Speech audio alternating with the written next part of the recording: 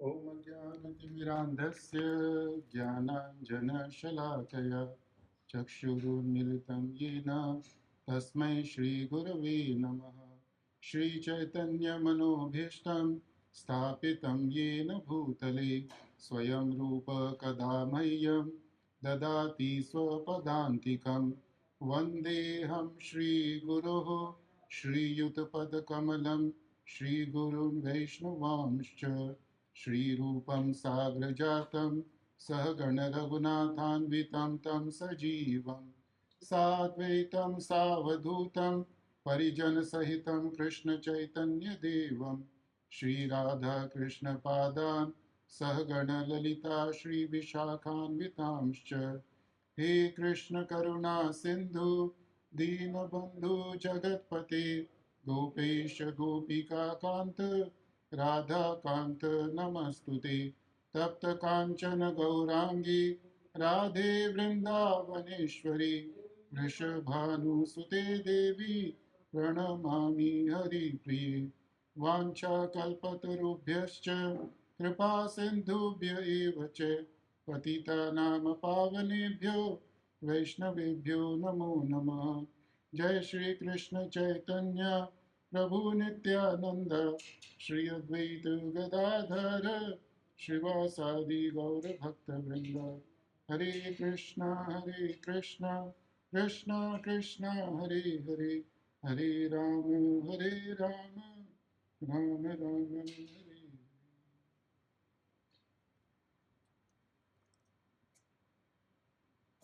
हरे कृष्णा सभी भक्तों का आज के कृष्ण भावना भावित विशेष कार्यक्रम में स्वागत है।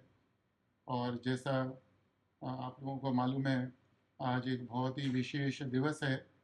इस दिवस को धनतेरस के नाम से जानते हैं। विश्व के कई भागों में आज धनतेरस का उत्सव मनाया जा रहा है और कई भागों में नरक चतुर्दशी का उत्सव मनाया जा रहा है। और ये बहुत ही विशेष मास है, दामोदर मास, जिसको हम जानते हैं। स्कंद पुराण के अंदर वेद व्यास जी हमें बताते हैं कि जिस तरह से सभी युगों में सतयुग सर्वश्रेष्ठ है, जिस तरह से सभी नदियों में गंगा जी श्रेष्ठ है, जिस तरह से सभी शास्त्रों में वेद श्रेष्ठ हैं, उसी तरह से सभी महीनों में दामोदर मास सर्वश्रेष्ठ है। और पद्म पुराण के अंदर कृष्ण भगवान बताते हैं कि मुझे सभी पौधों में सबसे ज़्यादा प्रिय तुलसी है, सभी धामों में सबसे ज़्यादा प्रिय द्वारका धाम है, सभी दिन के अंदर सबसे ज़्यादा प्रिय दिन एकादशी का दिन है, और उसी तरह से सभी मास में सबसे ज़्यादा प्रिय मास दामोदर मास है। तो दामोदर मास और दामोदर महीना ये कृष्ण भगवान को बहुत प्रिय है। और कृष्ण भगवान को इसलिए प्रिय है क्योंकि यह मास विशेष रूप से राधा रानी को भी बहुत प्रिय है। और इस मास के विषय में रूप गोस्वामी ने हरि भक्ति विलास के अध्याय 16 के अंदर विस्तृत रूप से चर्चा करी है। और इस 16वें अध्याय में रूप गोस्वामी दामोदर मास के ऊपर विशेष रूप से चर्चा करी है। और श्रीला रूप गोस्वामी हमें बताते हैं कि हमने अपने जीवन काल में कितने ही पुण्य कर्म क्यों नहीं किए हों, कितने ही श्राद्ध कर्म क्यों नहीं किए हों, कितने ही यज्ञ दान तप क्यों नहीं किए हों, लेकिन अगर हम दामोदर मास का जो महीना है उसके अंदर के कुछ विधि विधान है उसका पालन नहीं करते तो हमने पहले जितने भी पुण्य कर्म किए हैं उन पुण्य कर्मों का हमें फल नहीं मिलता। शिला रूप गोस्वामी बताते हैं कि दामोदर मास के अंदर हमें विशेष रूप से 5 काम करने चाहिए, और यह हमें 5 व्रत लेने चाहिए। और 5 व्रत कौन से हैं कि सबसे पहला व्रत है हरि जागरण का, कि हमें भगवान के निमित्त प्रयास करना चाहिए कि हम किसी दिन रात को शांति से बैठकर भगवान के नाम का जाप करें, भागवतम का पाठ करें, भगवद गीता का पाठ करें। और दूसरा है ब्रह्म मुहूर्त में स्नान, कि सूर्योदय से पहले 4 बजे उठकर हमको स्नान करना चाहिए। और तीसरा है कि अगर हम ने कोई दान का कार्य दान, if you have started in charitable work, अगर जैसे कोई हमने हॉस्पिटल बनाने की शुरुआत करी है और या धर्मशाला बनाने की शुरुआत करी है, तो कोई भी जो दान के कर्म है उनका समापन करना चाहिए इसके अंदर, या हमें ज़्यादा से ज़्यादा दान करना चाहिए। और चौथा है तुलसी जी की सेवा करने का। और पांचवा है भगवान को दीप दर्शाने का, भगवान को दीप ऑफर करने का। और इसके बाद में रूप गोस्वामी हमें जो इतने सब व्रत बताए इनकी महिमा भी बताते हैं। और दामोदर मास के अंदर सबसे बड़ी महिमा है वह भगवान को दीप दर्शाने की। We should offer the lamp to Lord Krishna every day morning and evening. And Rup Goswami बताते हैं कि अगर हम ऐसा करते हैं, अगर हम 30 दिन तक दामोदर जी को दीप दर्शाते हैं, तो हमें सारे पापों से मुक्ति मिलती है। पापों से मुक्ति मिलने के बाद हमको भगवान के धाम में प्रवेश मिलता है। और हम हमारे साथ साथ जो हमारे पूर्वज हैं, हमारे वंशज हैं, उन सबको भी भगवान के धाम में जाने का अवसर मिलता है। और इसके बाद में रूप गोस्वामी हमको बताते हैं कि दामोदर मास के अंदर कौन कौन से विशेष उत्सव मनाए जाते हैं। तो दामोदर मास में 2 पक्ष होते हैं, शुक्ल पक्ष और दूसरा है कृष्ण पक्ष। तो दामोदर मास की शुरुआत शुक्ल पक्ष से होती है। शुक्ल पक्ष नहीं, sorry, it's the dark period है, या the dark fortnight and the bright fortnight है। सो दामोदर मास की शुरुआत कृष्ण पक्ष से शुरू होती है, डार्क फोर्टनाइट। तो उसमें जो सबसे पहला उत्सव आता है वह बहुलाष्टमी का आता है, कि जिस दिन विशेष रूप से गायों की सेवा करी जाती है। और उस दिन के बारे में रूप गोस्वामी बताते हैं कि कृष्ण भगवान ने अरिष्टासुर का वध किया था। फिर राधा कृष्ण कुंड, जो 2 कुंड है वृंदावन के अंदर, उसका प्राकट्य हुआ था। इसके बाद में कृष्णा त्रयोदशी आती है, और कृष्णा त्रयोदशी का दूसरा नाम धनतेरस है। और हमारे समाज में कुछ भ्रांति है कि धनतेरस के दिन हमको धनतेरस के दिन लक्ष्मी जी को प्रसन्न करने का हमें विशेष प्रयास करना चाहिए, या धनतेरस का लक्ष्मी जी से कुछ कनेक्शन है। तो ऐसा नहीं है। धनतेरस के दिन धन्वंतरी भगवान का प्राकट्य हुआ था, तो इसीलिए इस दिन को धनतेरस के नाम से जाना जाता है। और धनतेरस के दिन समाज में प्रथा है कि हम घर के बाहर एक दीपक चाहते हैं। We light one lamp at the doorstep. तो उस लैम्प को हम क्यों चाहते हैं? वो लक्ष्मी जी को प्रसन्न करने के लिए नहीं करते। हरि भक्ति विलास के अंदर रूप गोस्वामी ने हमको बताया है कि धनतेरस के दिन हम भगवान कृष्ण को दीप दर्शाकर यमराज की प्रसन्नता के लिए वह दीप को हम घर के बाहर रखते हैं। यमराज 12 महाजन में से एक महाजन है, भगवान के बहुत बड़े भक्त हैं। तो उस दिन अगर हम भगवान को दर्शाए हुआ दीप यमराज की प्रसन्नता के लिए घर के बाहर रखते हैं, तो उससे हमको आसम we prevent the possibility of untimely death, कि अगर किसी की आकस्मिक मृत्यु होने वाली है, तो उस व्यक्ति की इस भगवान को दीपक दर्शाने से आकस्मिक मृत्यु से उसका बचाव होता है। तो this is the significance of Dhanteras. और धनतेरस के बाद में चतुर्दशी आती है, उसको कृष्ण चतुर्दशी बोलते हैं, या नरका चतुर्दशी भी बोलते हैं, क्योंकि इसके दिन के अंदर, इस दिन को कृष्ण भगवान ने नरकासुर का वध किया था। जो 16,000 स्त्रियां थी, उनको असुर के पाश से छुड़ाया था। और रूप गोस्वामी बताते हैं कि चतुर्दशी को और अमावस्या के दिन, ये 2 दिन विशेष रूप से हमको भगवान को शाम को दीप दर्शाना होता है। और अगर हम दोनों दिन भगवान को शाम को दीप ऑफर नहीं करते, तो हमने जो पहले पुण्य कर्म किए हैं, 1 साल के अंदर पहले पुण्य कर्म किए हैं, उन सब पुण्य कर्मों का प्रभाव बिल्कुल ख़त्म हो जाते हैं। और नरका चतुर्दशी के बाद में अमावस्या आती है, जिसको हम दिवाली कहते हैं। दिवाली के दिन जैसा हमें मालूम है कि भगवान राम अयोध्या रावण का वध कर कर अयोध्या वापस आए थे। तो अयोध्या वासियों ने भगवान के स्वागत के लिए पूरे अयोध्या में घी के लैंप जलाए थे। और इसीलिए समाज में प्रथा है कि दिवाली के दिन हम लोग घर में जगह जगह दीप उत्सव मनाते हैं। और इसके बाद में हरि भक्ति विलास में रूप गोस्वामी बताते हैं कि कृष्ण पक्ष के बाद में शुक्ल पक्ष आता है। शुक्ल पक्ष का अर्थ है कि ब्राइट पीरियड। और शुक्ल पक्ष के अंदर सबसे पहला जो दिन होता है वह गोवर्धन पूजा का दिन होता है। तो रूप गोस्वामी बताते हैं हमें कि गोवर्धन पूजा के दिन हमको सुबह सुबह गोबर से हमको गोवर्धन पर्वत बनाना चाहिए। शिला प्रभुपाद जी ने हमको बताया कि हम जो भगवान के लिए भोग बनाते हैं, और जैसे भागवत में बताया गया है कि हम भगवान के लिए जो अलग अलग भोग बनाते हैं उससे हम गोवर्धन पर्वत बनाते हैं और कृष्ण भगवान को आमंत्रित करते हैं वो भोग को ग्रहण करने के लिए। और रूप गोस्वामी बताते हैं कि गोवर्धन पूजा के दिन गायों को और बैल को उनको खुला छोड़ देना चाहिए।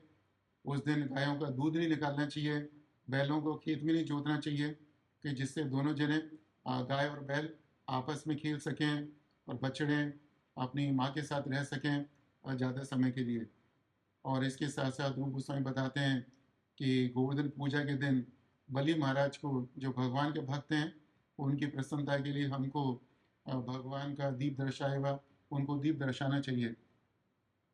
और गोवर्धन पूजा के अगले दिन इंडिया में जिसको हम गोवर्धन पूजा के अगले दिन दौज आती है, इसको द्वितीया कहते हैं और इंडिया में इसको भाई दूज के नाम से जाना जाता है। तो इस दिन का महत्व क्या है? इस दिन के अंदर यमराज जी अपनी बहन के घर पर प्रसाद ग्रहण करने गए थे। और यमराज जी की जो बहन है उनका नाम है यमुना देवी। तो रूप गोस्वामी हमको बताते हैं कि अगर कृष्णा की कृपा से हमको बहन मिली है तो उस दिन हमें बहन के घर पर जाके प्रसाद ग्रहण करना चाहिए। और हम ऐसा करते हैं तो इससे हमारा स्वास्थ्य बढ़ता है और हमारी आयु बढ़ती है, क्योंकि हर एक बहन का अपने भाई के प्रति विशेष प्रेम होता है। और यमराज जी ने भी वरदान दिया है सभी को कि जो भी इस दिन हमारी बहन के घर पे जाएगा और यह यमुना जी में स्नान करेगा तो उसको सभी पापों से मुक्ति मिलेगी। और भाई दूज के बाद में शुक्ल अष्टमी आती है, जिसको गोप अष्टमी कहते हैं। तो इस दिन को कृष्ण भगवान पहली बारी गैया को वन में चराने के लिए लेके गए थे।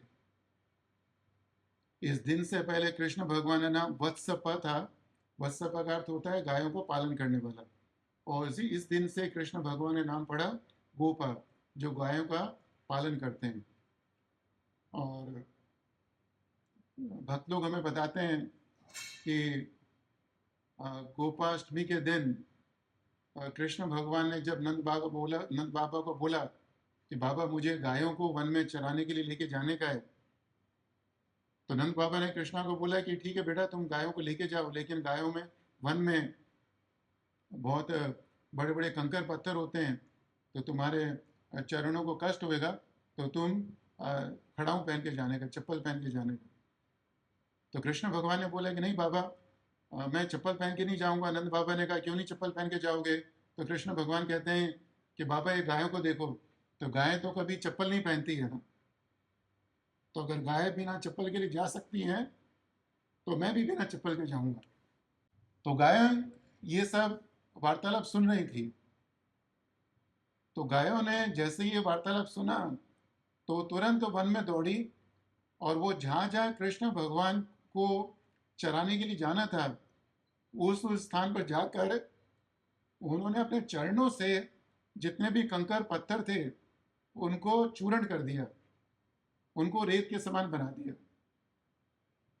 कि जिससे कृष्ण भगवान वन में गाय चराने के लिए जाएं तो उनके चरणों को कष्ट नहीं होगी। तो इस तरह से इस दिन कृष्ण भगवान ने अपना गायों के प्रति विशेष प्रेम दिखाया। गायों ने कृष्ण भगवान के प्रति अपना विशेष प्रेम दिखाया। और रूप गोस्वामी बताते हैं कि अगर किसी भी व्यक्ति के मन में कोई इच्छा हो तो इस दिन उनको विशेष रूप से गाय की सेवा करनी चाहिए। गायों की सेवा गौदान कर सकते हैं, गौशाला में दान दे सकते हैं, गायों को घास खिला सकते हैं, गायों को गुड़ दे सकते हैं।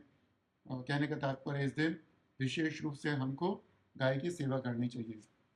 और गोपाष्टमी के बाद में देवोत्थान एकादशी आती है।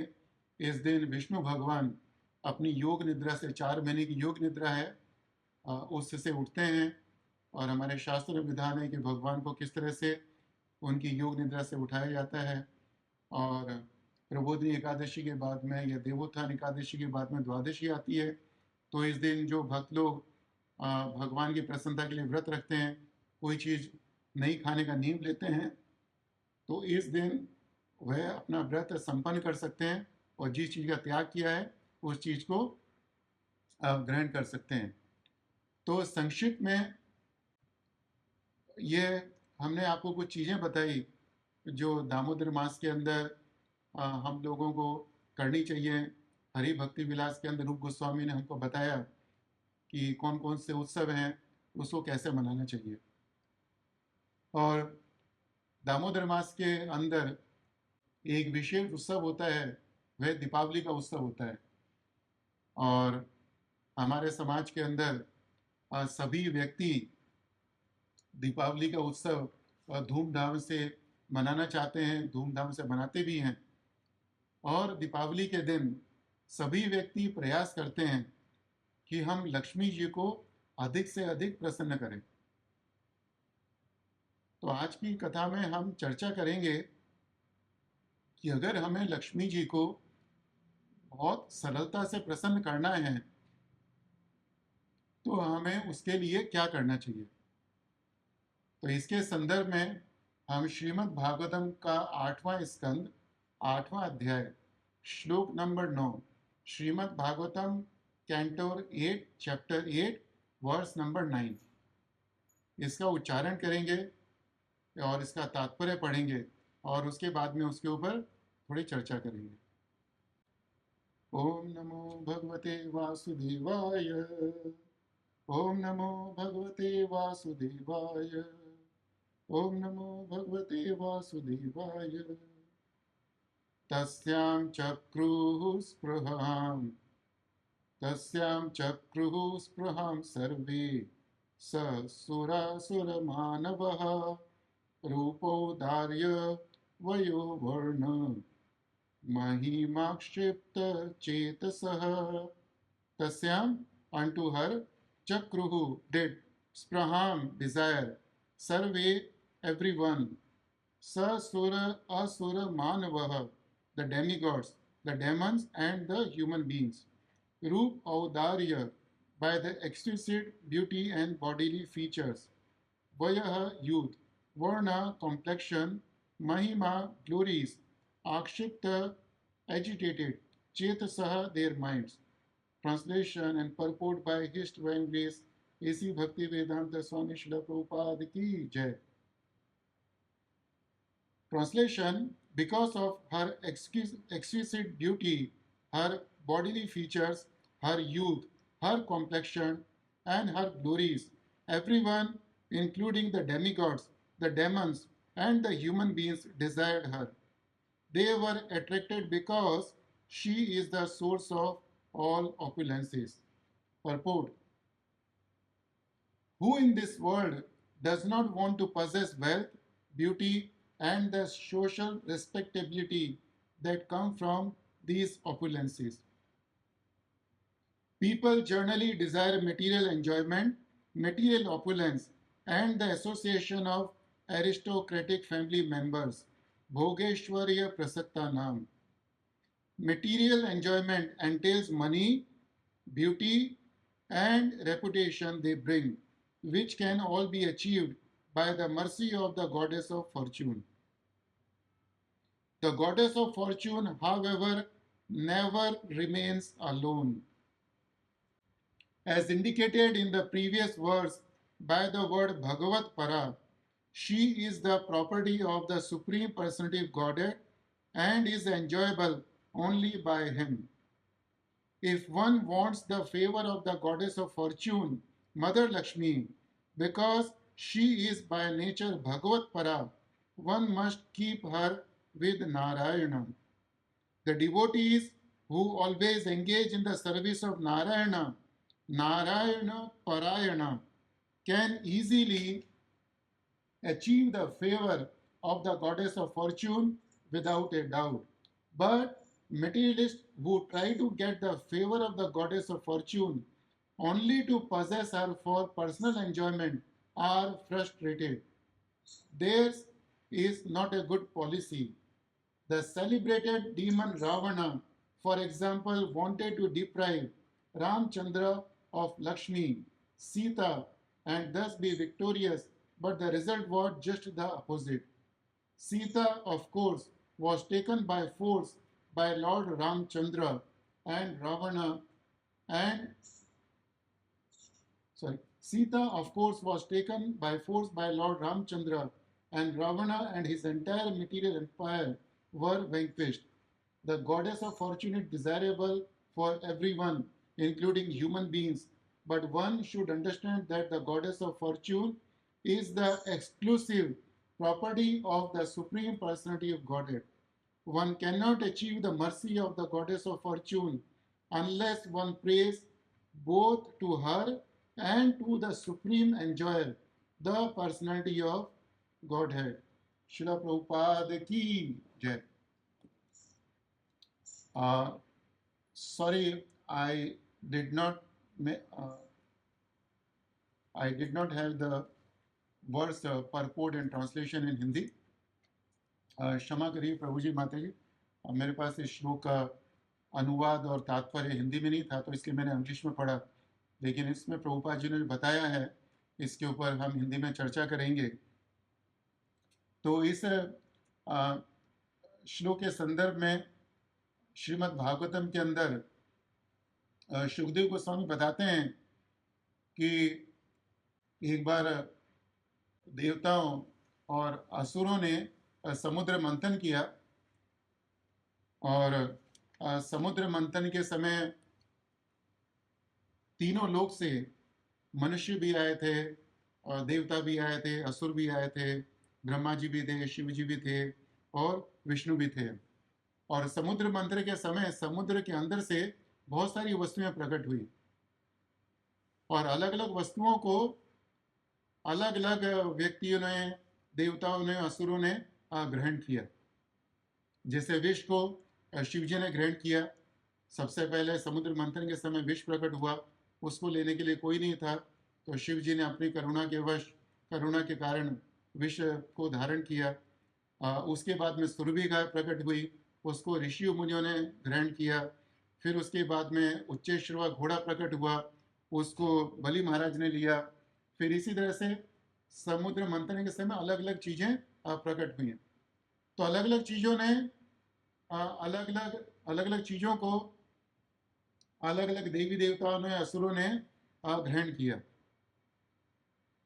लेकिन सबसे अंत में जो चीज प्रकट हुई उसको सभी ग्रहण करना चाहते थे, और वह चीज कौन सी थी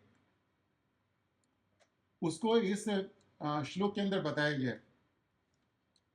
कि वह लक्ष्मी देवी थी। कि समुद्र मंथन के समय लक्ष्मी जी प्रकट हुई, और लक्ष्मी जी जैसे ही प्रकट हुई तो सुखदेव गोस्वामी बताते हैं चेतसः आक्षिप्तः, कि जैसे ही लक्ष्मी जी प्रकट हुई तो सभी के मन विचलित हो गए। Everybody's mind was agitated as soon as they saw the Lakshmi. और किस किस के मन विचलित हो गए, यहां पर दिया गया है स सुर असुर मानवः, कि मनुष्यों के मन विचलित हो गए, देवताओं के मन विचलित हो गए, दानवों के, असुरों के मन विचलित हो गए। तो कहने का तात्पर्य यह है कि कोई भी व्यक्ति ऐसा नहीं था कि जिसका मन लक्ष्मी जी को देखकर विचलित नहीं हुआ है। और इस श्लोक के अंदर सुखदेव गोस्वामी हमको बताते हैं कि जो लक्ष्मी जी का स्वभाव क्या है, कि लक्ष्मी जी का स्वभाव ऐसा है कि वह जहां पर भी जाती हैं, कोई भी हो, मानव हो, सुर हो, असुर हो, वो सभी का मन विचलित कर देती है। जहां पर भी लक्ष्मी जी होंगी, वहां पर आदमी का मन, कोई भी व्यक्ति हो, शिव देवता भी हो, उनका भी मन विचलित हो जाएगा। विचलित क्यों होता है? क्योंकि सभी व्यक्ति लक्ष्मी जी को पकड़ के रखना चाहते हैं। आप कल्पना करिए कि अगर आपके जेब में 10,000 रुपए हैं, तो आपका मन विचलित होगा नहीं होगा? होगा, क्योंकि आपके मन में चिंता रहती है, लक्ष्मी जी को किस तरह से बचा के रखूं मैं, पैसे को किस तरह से बचा के रखूं मैं। अगर बैंक के अंदर 1 करोड़ रुपया है, तो भी मन विचलित होगा कि बैंक कहीं दिवाला नहीं पिट जाए। किसी व्यक्ति को पैसा दिया है, तो भी मन विचलित रहेगा, क्योंकि मन में भय रहेगा कि व्यक्ति हमको वापस पैसा देगा नहीं देगा। लेकिन अगर यही लक्ष्मी जी को हम सिर्फ एक जगह रख दें, तो हमारा मन विचलित होना बंद हो जाता है। और वह कौन सी जगह है? कि अगर ये लक्ष्मी जी को हम कृष्ण भगवान के चरणों में रख दें या कृष्ण भगवान की सेवा में लगा दें, तो फिर मन में कोई एजिटेशन नहीं रहता। There is no agitation in the mind once we offer the Lakshmi unto the service of Lord Krishna. और हम सबको अनुभव है कि बहुत सारे व्यक्तियों ने भगवान की सेवा के लिए अनेक कार्य किए हैं। बहुत सारे भक्तों ने राजकोट मंदिर के निर्माण के लिए दान दिया है, अलग अलग तरीके की सेवा करी, और सभी सेवा के लिए लक्ष्मी का उपयोग किया। लेकिन उस सेवा से मन में कोई आक्षिप्त नहीं हुआ। There was no agitation in the mind, बल्कि हमको खुशी मिली है। तो यहाँ पर सुखदेव गोस्वामी बता रहे हैं लक्ष्मी जी का स्वभाव क्या है, कि लक्ष्मी जी का स्वभाव है कि जहां पर भी जाएंगी, अगर उसको कृष्णा की सेवा में नहीं लगाया हमने, तो हमारा मन में शांति नहीं रहेगी। We will not be peaceful, we will not be happy if we do not use our opulence, if we do not use Lakshmi for the service of Krishna. और सुखदेव गोस्वामी एक चीज और बताते हैं कि जितने भी मनुष्य थे, जितने भी देवता थे, जितने भी असुर थे, उन्होंने जैसे ही लक्ष्मी जी को देखा, उनके मन में स्पृहा हुई। स्पृहा मतलब बहुत ही तीव्र इच्छा लक्ष्मी जी को प्राप्त करने की है। 3 चीजें होती हैं प्रभु जी माता जी, एक काम, दूसरा लोभ, और तीसरा स्पृहा है। काम का अर्थ है कि जो चीज हमारे पास नहीं है उसको प्राप्त करने की इच्छा करने का। कि अगर मेरे पास किराए का मकान है और मेरी इच्छा है कि मुझे 1 बेडरूम मिल जाए, अपना खुद का 1 बेडरूम मैं खरीद लूं, तो वह मेरा काम है। और जब एक बार कृष्ण भगवान ने मेरे को 1 बेडरूम दे दिया, उसके बाद में मेरे मन में इच्छा हो कि मुझे 2 बेडरूम चाहिए, फिर 3 बेडरूम चाहिए, तो इसको लोभ कहते हैं।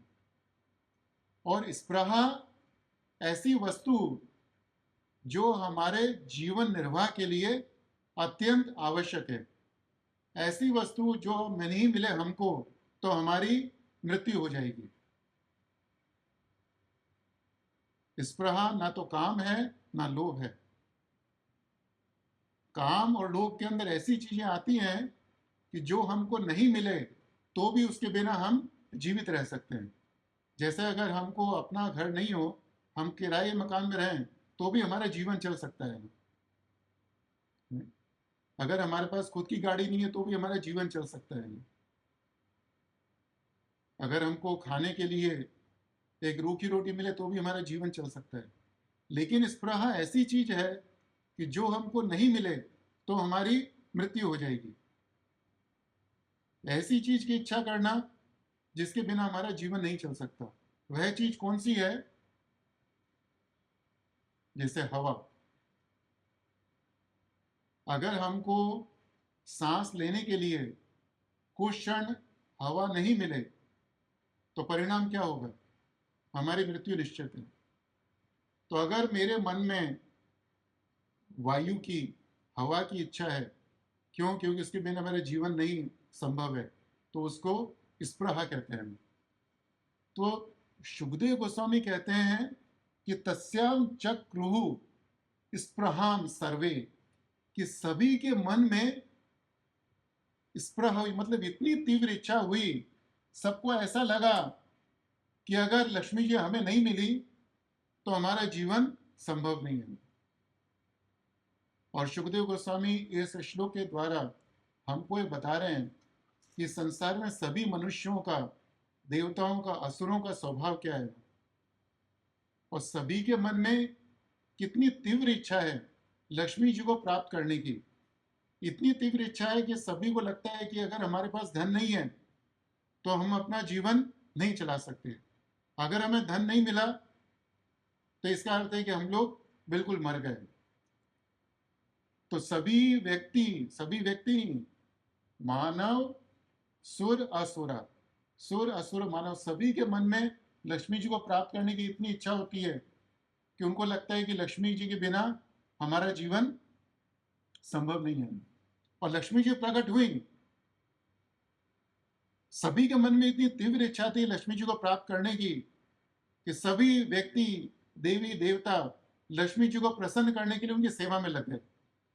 और शुकदेव गोस्वामी हमको बताते हैं कि किस तरह से देवी देवता, मनुष्यों की तो बात छोड़िए, देवी देवता लक्ष्मी जी की सेवा में लग गए। इंद्र देवता ने लक्ष्मी जी की प्रसन्नता के लिए आसन लेके आए, गंगा जमुना उनके लिए स्वर्ण कलश में जल लेके आई, धरती देवी जड़ी बूटियां लेके आई, गायें दूध दही लेके आई, ऋषि मुनि अभिषेक के लिए जल लेके आए, उन्होंने अभिषेक किया, गंधर्व लोग मृदंग बजा रहे थे, बादल लोग वो भी ढोल बजा रहे थे, गंधर्व लोग मंत्रों को उच्चारण कर रहे थे, और समुद्र देवता लक्ष्मी जी की प्रसन्नता के लिए बहुत सुंदर सुंदर वस्त्र लेके आए। तो सुखदेव गोस्वामी बहुत ही सुंदर रूप से हमको बता रहे हैं कि किस तरह से जैसे ही लक्ष्मी जी प्रकट हुई, सभी लोग उनकी प्रसन्नता के लिए उनकी सेवा में रत हो गए। लेकिन उसके बाद में बताते हैं कि लक्ष्मी जी ने क्या किया है, और बहुत ही सुंदर वर्णन है। तो वो कहते हैं कि सबसे पहले बताते हैं लक्ष्मी जी का स्वभाव क्या है। सुखदेव गोस्वामी बताते हैं कि लक्ष्मी जी का स्वभाव क्या है, भगवत परा है,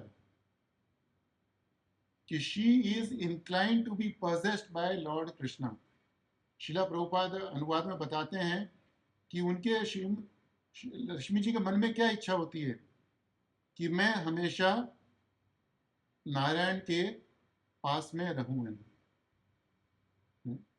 और दूसरा कहते हैं कि सतीन, कि she is the most chest women, वो सबसे बड़ी सती हैं। सती का अर्थ है कि वो ऐसी स्त्री जो अपने पति के अलावा किसी को नहीं जानती।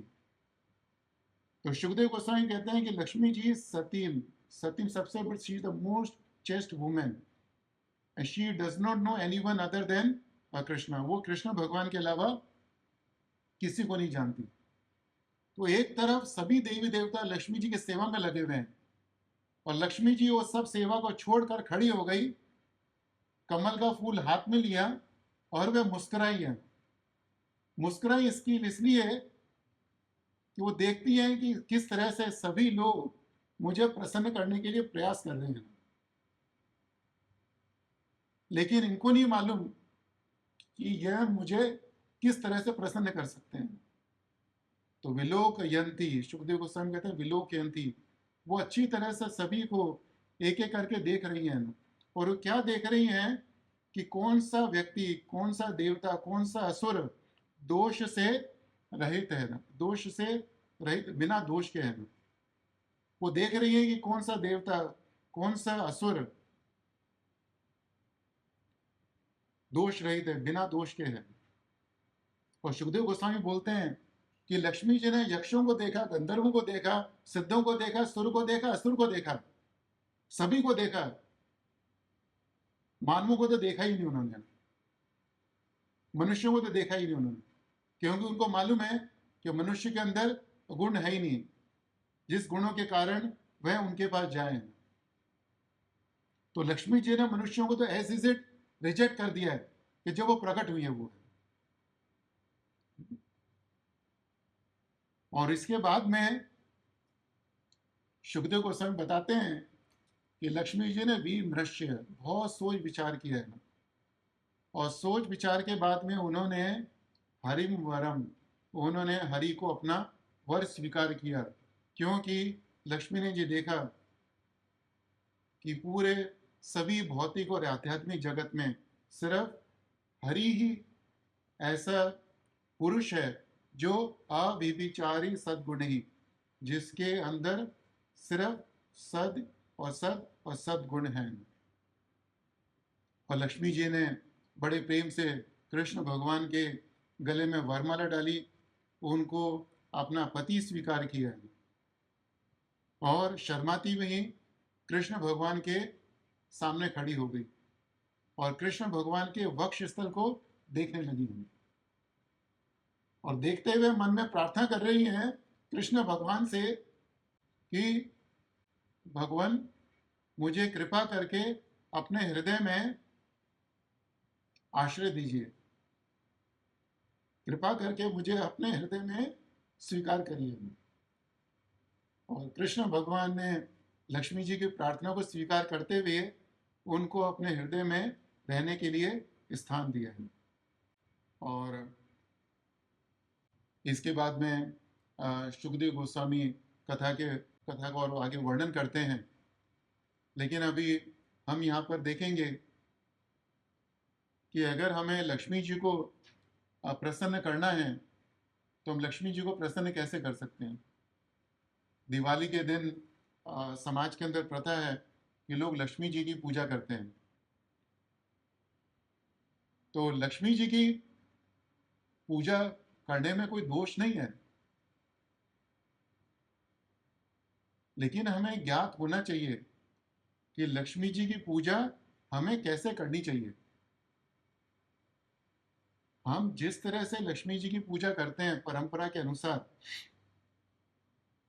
कि लक्ष्मी जी गणेश जी को साथ में रखकर उनकी पूजा करते हैं, दैट इज कॉल्ड अविधि पूर्वकम। हमें लक्ष्मी जी की पूजा उस तरह से नहीं करनी चाहिए। लक्ष्मी जी कृष्ण भगवान की एक शक्ति है। हमने राधाष्टमी के समय जब कथा करी थी उस समय चर्चा करी थी कि लक्ष्मी और नारायण का क्या संबंध है। जिस तरह से सूरज और सूरज की रोशनी का संबंध है, उसी तरह से लक्ष्मी और नारायण का भी संबंध है। हम देखते हैं सुबह सुबह सूर्योदय के समय सूरज से रोशनी प्रकट होती है, तो हम चाहें तो भी सूरज से सूरज की रोशनी को अलग नहीं कर सकते। हम जहां जहां सूरज ही जाएंगे वहां वहां सूर्य का प्रकाश भी जाएगा। तो इसी तरह से लक्ष्मी जी कृष्ण भगवान की आध्यात्मिक शक्ति है, उनके वाम अंग से प्रकट हुई है कृष्ण भगवान को प्रसन्न करने के लिए। तो हम कितना भी प्रयास करें, हम लक्ष्मी जी को कृष्ण भगवान से अलग नहीं कर सकते। और अगर हम उनको अलग करेंगे तो लक्ष्मी जी प्रसन्न नहीं रहेंगे।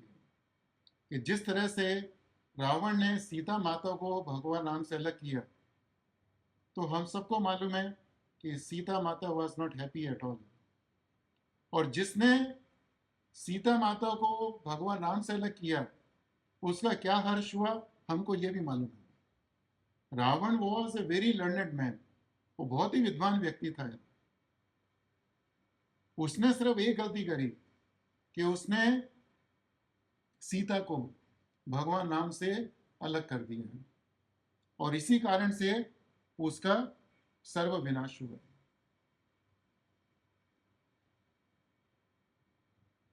हम लोग जब शास्त्र पढ़ते हैं तो शास्त्रों के द्वारा हमको मालूम पड़ता है कि लक्ष्मी जी हमेशा कृष्णा के चरणों की सेवा में रत रहती हैं।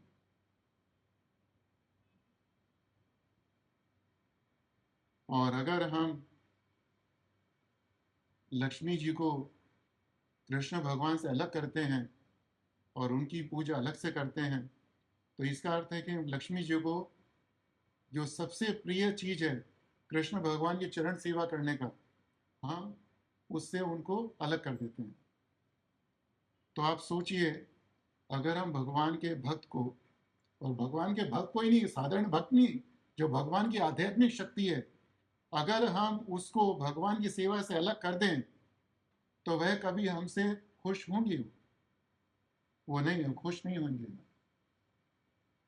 लक्ष्मी जी का, सॉरी, कृष्ण भगवान का एक नाम है लक्ष्मीपति। इसका अर्थ है कि जो लक्ष्मी के पति हैं वो कृष्ण भगवान है। कृष्ण भगवान का दूसरा नाम है श्रीनाथ जी, कि लक्ष्मी के जो स्वामी हैं, पति हैं, उसको श्रीनाथ जी कहते हैं। लक्ष्मी नारायण, अगेन लक्ष्मी नारायण, कि लक्ष्मी के जो स्वामी हैं उनको लक्ष्मी नारायण कहते हैं। और हमारी वैदिक संस्कृति क्या है? हमारी वैदिक संस्कृति है कि जहां जहां पति होगा वहां वहां लक्ष्मी होगी, वहां वहां पत्नी होगी। कि वैदिक संस्कृति के अनुसार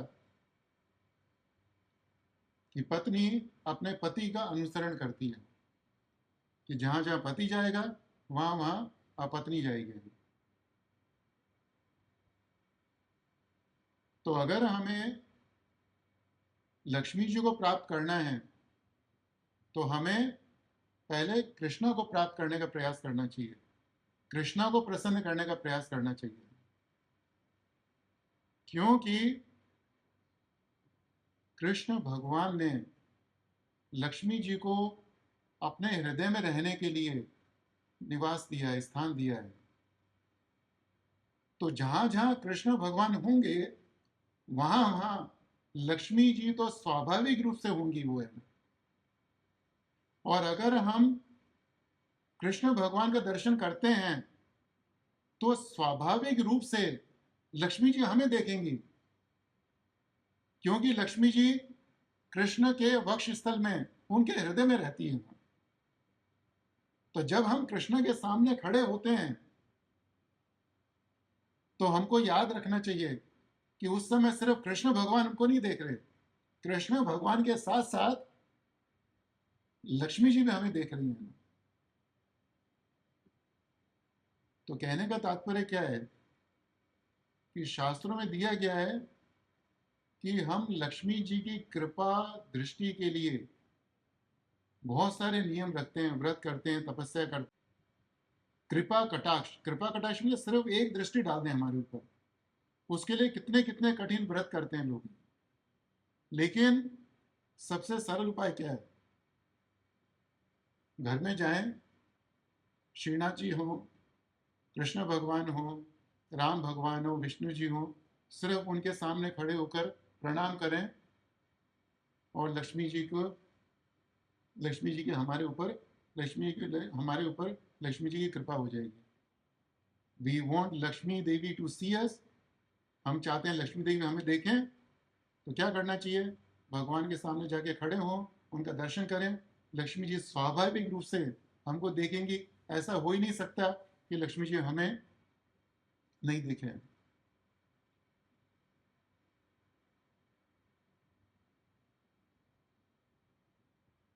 हम लोग कभी कभी यह सोचते हैं कि लक्ष्मी जी की कृपा प्राप्त करने का अर्थ है कि बहुत सारा धन होने का। नहीं, ये गलत भ्रांति है। जिस व्यक्ति के पास धन है लेकिन भगवान की भक्ति नहीं है, तो इसका मतलब उसके ऊपर लक्ष्मी जी की कृपा नहीं है। और जिस व्यक्ति के पास बिल्कुल भी धन नहीं है और लेकिन भगवान की भक्ति है, तो इसका अर्थ है कि उसके ऊपर लक्ष्मी जी की बहुत बड़ी कृपा है। लक्ष्मी जी का वास्तविक वैभव क्या है? लक्ष्मी जी का वास्तविक वैभव भगवत पराह, भगवत कृष्ण भगवान के प्रति उनका प्रेम, उनकी रति कृष्णा के चरणों की सेवा करने का है। तो अगर हमें लक्ष्मी जी से कुछ मांगना है, पहली चीज तो हमने आपको बताया कि लक्ष्मी जी को प्रसन्न करना है, तो कैसे प्रसन्न कर सकते हैं? कि हम कृष्ण भगवान की सेवा करें। जैसे हमने कृष्ण भगवान की सेवा करी, उनका दर्शन किया, उनकी पूजा करी, स्वाभाविक रूप से लक्ष्मी जी की पूजा हो गई, लक्ष्मी जी ने हमको देख भी लिया, हमको उनकी कृपा भी मिल गई। और जब कृष्ण भगवान के सामने नारायण के साथ में लक्ष्मी जी हैं, अगर हमें उनसे कुछ मांगना भी है तो हमें क्या मांगना चाहिए? हमें उनसे कृष्ण भगवान की सेवा की प्रार्थना करनी चाहिए। नहीं, कृष्ण भगवान की सेवा की नहीं, हमें प्रार्थना करनी चाहिए कि हम दास, दासानुदास अनुदास, हम भगवान के भक्तों के भक्त बने हैं। अभी 2 हफ्ते पहले देव की प्रभु लेक्चर ले रहे थे, तो उस समय उन्होंने बताया हमको कि आदि पुराण में कृष्ण भगवान कहते हैं कि मेरा भक्त वास्तविक मेरा भक्त नहीं है, मेरे भक्त का भक्त वास्तविक रूप से मेरा भक्त है। तो हमें लक्ष्मी जी से प्रार्थना करनी चाहिए कि हम जो कृष्ण भगवान के भक्त हैं, शिला प्रभुपाद जी, गुरु महाराज और जो भक्त हैं, उनके भक्तों की सेवा में लग सकें। और अगर हम ऐसा करेंगे तो लक्ष्मी जी प्रसन्न होंगे। और इसके साथ साथ दिवाली के दिन लक्ष्मी जी के प्रसन्नता के लिए उनके ऊपर धन खर्च करने के साथ साथ हमको उससे ज्यादा धन कृष्ण भगवान की प्रसन्नता के लिए खर्च करना चाहिए। और लक्ष्मी जी जब देखेंगी कि यह व्यक्ति मुझे, मेरे पति को प्रसन्न करने के लिए उत्सुक है, उसकी सेवा करना चाहता है, तो फिर वो हमें छोड़ के नहीं जाएंगे, फिर स्वाभाविक रूप से हमारे पास आएंगे। आप सोचिए कि आपका कोई परम मित्र है, आप उसको अपने घर में निमंत्रण देते हैं और वो आपके घर पे आता है और आप उसको घर पे 1 दिन 2 दिन 3 दिन रखते हैं और उसको नहीं जाने देते, तो उसके बाद क्या होगा कि जो उसकी पत्नी है वो कुछ ही समय के बाद, 1 2 दिन के बाद छोड़िए, कुछ घंटों के बाद ही आपको फोन करेगी और बार बार बोलेगी कभी आ रहे हैं, कभी आ रहे हैं, कभी आ रहे हैं। वो नहीं आएंगे तो खुद ही दौड़ के उनके घर पे चली जाएगी। तो इसी तरह से अगर हमें लक्ष्मी जी को पकड़ना है तो हमें कृष्णा को पकड़ने का है, और कृष्णा को पकड़ लिया तो लक्ष्मी जी कभी छोड़ के नहीं जाएंगे। हमारे पुराणों में कथा आती है कि एक निर्धन व्यक्ति था, उसको धन की अभिलाषा थी, तो ब्राह्मण के पास गया। ब्राह्मण ने बोला कि तुम मंत्र का उच्चारण करो, लक्ष्मी जी प्रकट हो जाएंगी। और निर्धन व्यक्ति घर पर आया, उसने मंत्र का उच्चारण किया, लक्ष्मी जी प्रकट हो गई है। लक्ष्मी जी ने बोला बेटा तुमने मेरे को प्रसन्न किया है, वर मांगो।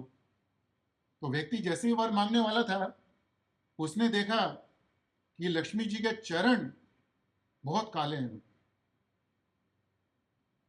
और देखा कि लक्ष्मी जी तो बहुत सुंदर है लेकिन चरण काले कैसे हैं। तो लक्ष्मी जी ने पूछा कि माता मेरे मन में एक प्रश्न है कि आपके चरण काले क्यों हैं। तो लक्ष्मी जी ने बोला कि बेटा मैं या तो तुझे वर दूंगी और या तेरे प्रश्न का उत्तर दूंगी। तो व्यक्ति ने सोचा कि अभी मेरे पास मंत्र तो है, मंत्र के द्वारा लक्ष्मी जी को अभी भी दोबारा बुला सकता हूँ। तो लक्ष्मी जी को बोला कि माता मुझे मेरे प्रश्न का उत्तर दीजिए। तो लक्ष्मी ने बोला कि बेटा मेरे चरण काले इसलिए हैं क्योंकि पापी व्यक्ति जबरदस्ती मुझे अपने घर पर बुलाते हैं, तो ऐसे व्यक्तियों के घर पर बार बार जाकर मेरे चरण काले हो गए। और यह कहकर लक्ष्मी जी अंतर ध्यान हो गई, अप्रकट हो गई। और व्यक्ति को तो धन की इच्छा थी, तो लक्ष्मी जी ने दोबारा मंत्र का व्यक्ति ने दोबारा मंत्र का उच्चारण किया। लक्ष्मी जी दोबारा प्रकट हुई। तो इस बार ये व्यक्ति ने लक्ष्मी जी को नीचे से ऊपर तक देखा, तो अब देखा कि लक्ष्मी जी का जो मस्तिष्क है, माथा है, वह काला है। लक्ष्मी जी ने बोला बेटा वर मांगो। तो व्यक्ति ने बोला कि माता मैं वर तो मांगूंगा, लेकिन उससे पहले मेरे मन प्रश्न है कि आप मेरे को बताइए कि आपका जो मस्तिष्क है, माथा है, ये काला क्यों है। तो फिर लक्ष्मी जी ने बोला कि बेटा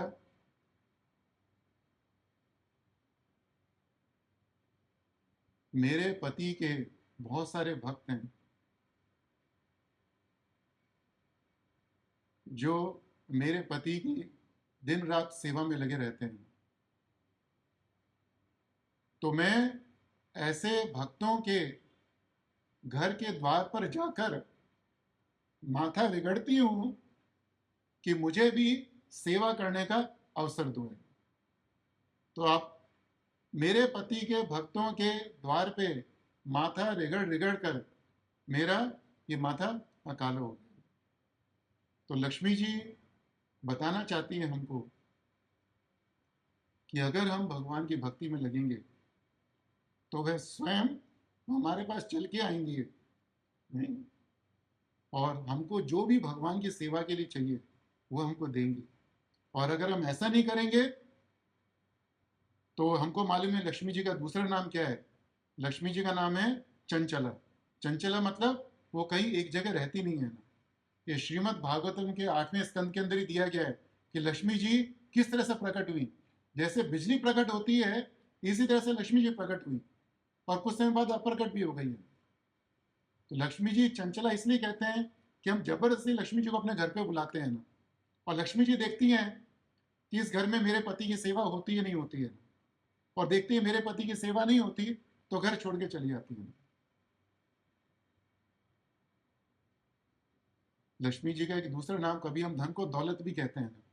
तो दौलत किस लिए कहते हैं? दो लात। एक भगत को बता रहे थे कि दौलत का अर्थ क्या होता है, दो लात। कि लक्ष्मी जी को जबरदस्ती हम घर पे बुलाते हैं तो वो क्रोध के कारण घर पे आती है और लात मारते हुए घर पे आती है। और जब देखती हैं घर में मेरे पति की सेवा नहीं हो रही तो फिर दोबारा लात मारते हुए चली जाती है। और कहने का तात्पर्य क्या है कि अगर हमारे पास धन है और धन को हमने भगवान की सेवा के लिए नहीं लगाया तो लक्ष्मी जी हमारे लिए दुर्गा का काम करती हैं, हम कभी खुश नहीं रह सकते। और धन को हमने भगवान की सेवा में लगाया तो फिर वास्तविक रूप से लक्ष्मी जी हमको प्रसन्नता देंगी, हमको सुख और शांति मिलेगी। और इस कथा के अंत में एक श्लोक का उच्चारण करना चाहूँगा। ये जो भगवत गीता के 18वें अध्याय के अंदर अंत में बोला गया है, ये भगवत गीता का अंतिम श्लोक है। इसमें संजय बोलते हैं, यत्र योगेश्वर कृष्ण यत्र पार्थो धनुर्धरः तत्र श्रीर्विजयो भूतिः ध्रुवा नीतिर्मतिर्मम। इस श्लोक के अंदर संजय हमको बताते हैं कि यत्र योगेश्वर कृष्ण, कि जहाँ जहाँ कृष्ण भगवान है, यत्र पार्थो धनुर्धरा, और जहाँ जहाँ कृष्ण भगवान के भक्त अर्जुन जैसे भक्त हैं वहाँ पर चार चीज़ें हमेशा होंगी। और सबसे पहली चीज़ क्या है? श्री, कि वहाँ पर लक्ष्मी जी होंगी, वहाँ पर विजय होगी, वहाँ पर शक्ति होगी, और वहाँ पर नीति, वहाँ पर मौलिक नैतिकता भी होगी। तो कहने का तात्पर्य क्या है कि अगर हमारे जीवन में दो चीज़ें हों, भगवान हो और भगवान के भक्त हों, तो लक्ष्मी जी वहाँ पर स्वयं प्रकट होंगी। हरे कृष्णा। प्रभु जी अनुमति। Thank you so much. आप सब लोगों ने कथा को सुना, और अभी कथा के अंत में कुछ समय हो तो हम कुछ प्रश्न उत्तर, we can have some question answer session. Hare Krishna प्रभु जी। हरे कृष्णा। हाँ, मैं अनम्यूट सुनाई दे रही है? हाँ प्रभु, मेरे को आपकी आवाज़ सुनाई दे रही है। अच्छा, धन्यवाद प्रणाम प्रभु जी। ये बहुत ही अच्छा प्रवचन अपना है, और लक्ष्मी जी की असल सेवा मतलब भगवान की सेवा करनी है। लेकिन मुझे एक प्रश्न है प्रभु जी जी। कि जैसे चैतन्य महाप्रभु जी ने कहा है कि दासानी दास, मतलब भगवान जो है अपने दास की सेवा से ज्यादा खुश होते हैं बल्कि उनकी डायरेक्ट सेवा से।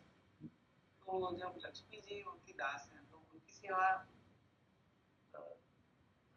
आपने बताया कि भगवान की डायरेक्ट सेवा करने से लक्ष्मी जी खुश होते हैं, और भगवान खुश होते हैं जब उनके दास की सेवा की जाए। तो मतलब कि अब क्या हाँ तो करना चाहिए, मतलब नहीं नहीं प्रभु, लक्ष्मी जी को हमने आपको ये बताया कि लक्ष्मी जी की पूजा करने की है, सेवा करने की, लेकिन कैसे सेवा करनी है?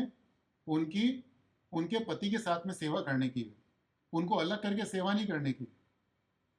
हमारे समाज में प्रथा क्या है कि लक्ष्मी जी की पूजा किस तरह से करते हैं? लक्ष्मी जी की पूजा गणेश जी के साथ में रख के करते हैं। लक्ष्मी जी गणेश जी के साथ कैसे रहेंगी? वो तो भगवान की आध्यात्मिक शक्ति है ना। सूरज को सूरज की रोशनी से कभी अलग कर सकते? नहीं कर सकते हम लोग। तो अगर हमें लक्ष्मी जी की पूजा करनी है तो किस तरह से पूजा करें? नहीं? आप उनके पति की पूजा करिए, पति की पूजा करने के बाद और लक्ष्मी जी की पूजा करिए। नहीं?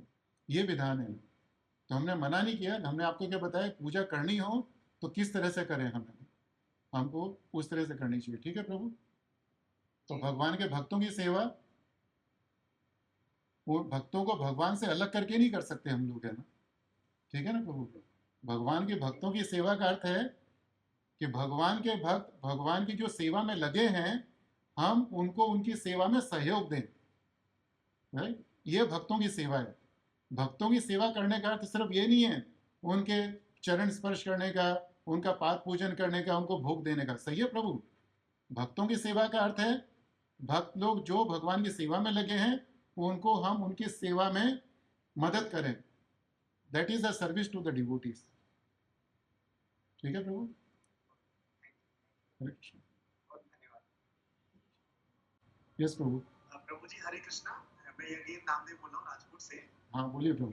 जस्ट एक चीज बताइए प्रभु जी, हमें कहीं हम लोग कई बार देखते हैं कि कुछ लोग होते हैं जो मतलब उनको बहुत लंबा समय हो जाता है दरिद्रता में और बड़ा मतलब जीवन यापन करते हुए, हालांकि वो मतलब भगवान भक्ति वगैरह में भी लगे रहते हैं, बट स्टिल लक्ष्मी जी उन पर प्रसन्न नहीं होती है, या मतलब क्या कारण रहता है कि जो ऐसे होता है, मतलब कि वो स्टिल एक बहुत लंबा समय अपना लगभग पूरा जीवन यापन ऐसे ही कर देते हैं, सब अपने साधन के अभाव में और धन या इसके अभाव में।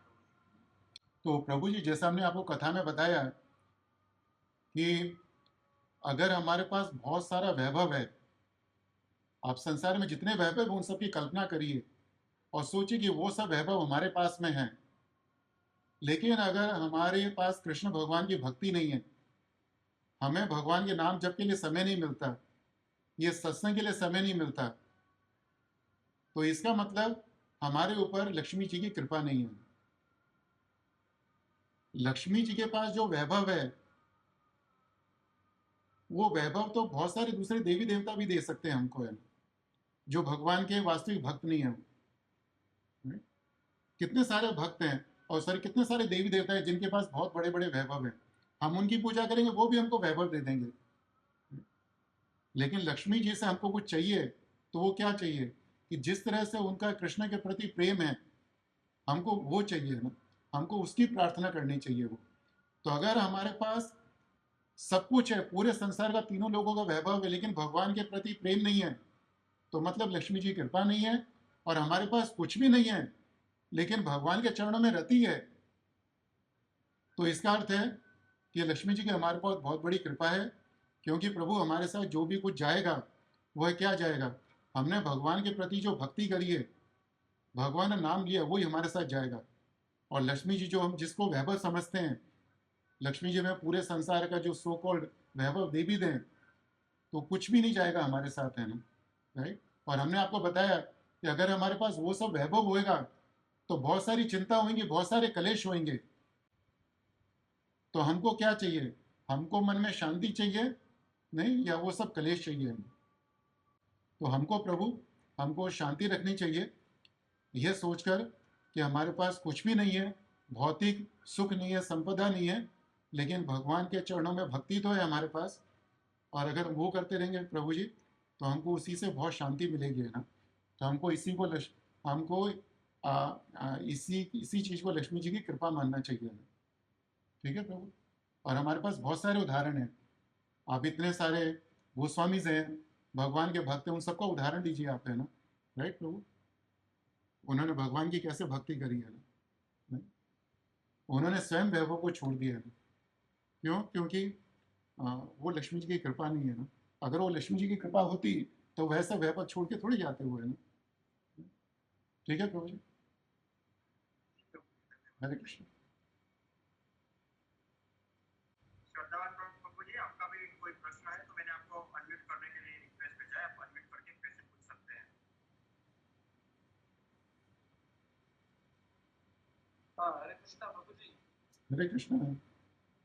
तो मेरा प्रश्न ये था कि ज्यादातर हम भगवद गीता का ये जो श्लोक है, यत्र योगेश्वर कृष्ण का बात इस मामले में हम लोगों को समझाते तो, लेकिन भगवद गीता की तरफ अट्रैक्ट नहीं होते हैं कि भाई भगवद गीता में ये श्लोक दिया है कि अगर आप भगवान जहाँ पर है और जहाँ पर है तो आपको सब कुछ मिल जाएगा, आध्यात्मिक तो मिलेगा, मटेरियल भी मिलेगा। लेकिन सही पॉइंट ये कि हम उनको ऐसा क्या बोल सकते हैं कि जिससे वो लोग की विश्वास और श्रद्धा उनको भगवद गीता पढ़ने पर थोड़ा अग्रसर कर दे। इस मामले में जरा आप बता सकेंगे? तो प्रभु जी, इसमें अंदर दो चीज़ें, एक तो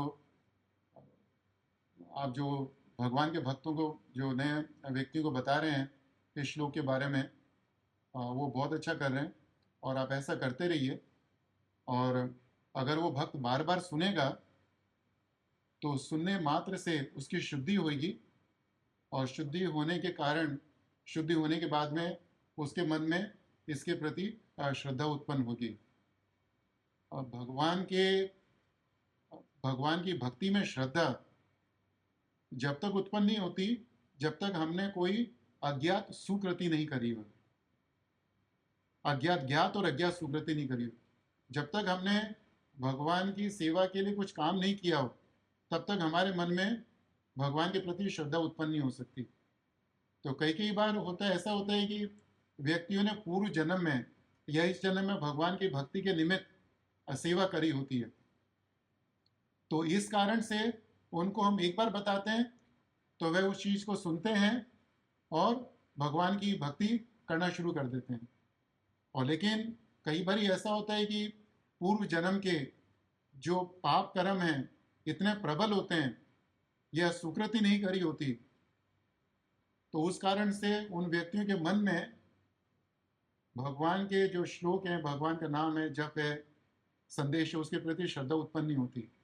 तो उस स्थिति में हमको उनको बार बार बताते रहना चाहिए, बिना किसी अपेक्षा के, है ना। और कृष्ण भगवान सभी के हृदय में बैठे हैं, तो आपके हृदय में बैठ के वो आपको प्रेरणा देते हैं कि आप उनको बताएं, आगे भक्तों को बताएं और नए व्यक्तियों को बताएं।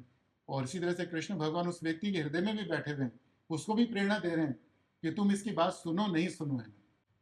सो आप अपनी सेवा करते रहिए प्रभु, and one day Krishna will also do the needful. Krishna भगवान उनके हृदय में बैठे हैं, तो उस व्यक्ति के लिए जो उचित है उसके लिए वो करेंगे। ठीक है प्रभु, हरे कृष्ण प्रभु।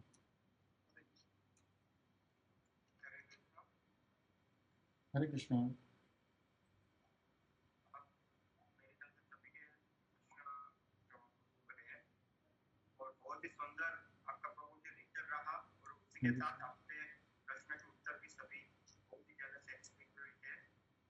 तो अब हम ये लेक्चर के अंत की तरफ बढ़ते हैं। मैं ईश्वर मंदिर राजकोट के प्रभु श्री वैष्णव सेवा प्रभु जी की तरफ से स्वामी सुप्रति प्रभु जी का खूब खूब धन्यवाद करना चाहता हूँ, जिन्होंने दिवाली पर हमें क्या लक्ष्मी जी और गणेश जी की पूजा करनी चाहिए ऐसे टॉपिक के ऊपर हमें गाइडेंस दिया और हमें बताया कि लक्ष्मी जी की सही पूजा तभी है जब हम कृष्ण के साथ उनकी पूजा करें, भगवान नारायण कृष्ण के साथ उनकी पूजा करें, तभी हम लक्ष्मी जी की सही तरह से पूजा कर सकते हैं। तो मैं ईश्वर मंदिर राजकोट के प्रमुख वैष्णव सेवा प्रभु जी की तरफ से, ईश्वर मंदिर राजकोट के सभी भक्तों की तरफ से एवं यह लेक्चर सुन रहे सभी श्रोताओं की तरफ से स्वयं स्फूर्ति प्रभु जी का खूब धन्यवाद करना चाहता हूँ। और कल का लेक्चर है वो वीरज कृष्ण प्रभु ऑस्ट्रेलिया से है, उनका है दामोदर लीला से हमको सबक, लेसन्स फ्रॉम दामोदर लीला। ये टॉपिक पर कल का लेक्चर रहेगा। तो मैं अब आप सभी से रजा लेना चाहता हूँ और अंत में फिर से स्वयं स्फूर्ति प्रभु जी का धन्यवाद करना चाहता हूँ। हरे कृष्ण सभी को, हरे कृष्ण बोल। जय शिला गुरुदेव की जय, शिला प्रभुपाद की जय। वांछा कल्पतरुभ्यश्च कृपा सिन्धुभ्येव च पतितानां पावनेभ्यो वैष्णवेभ्यो नमः।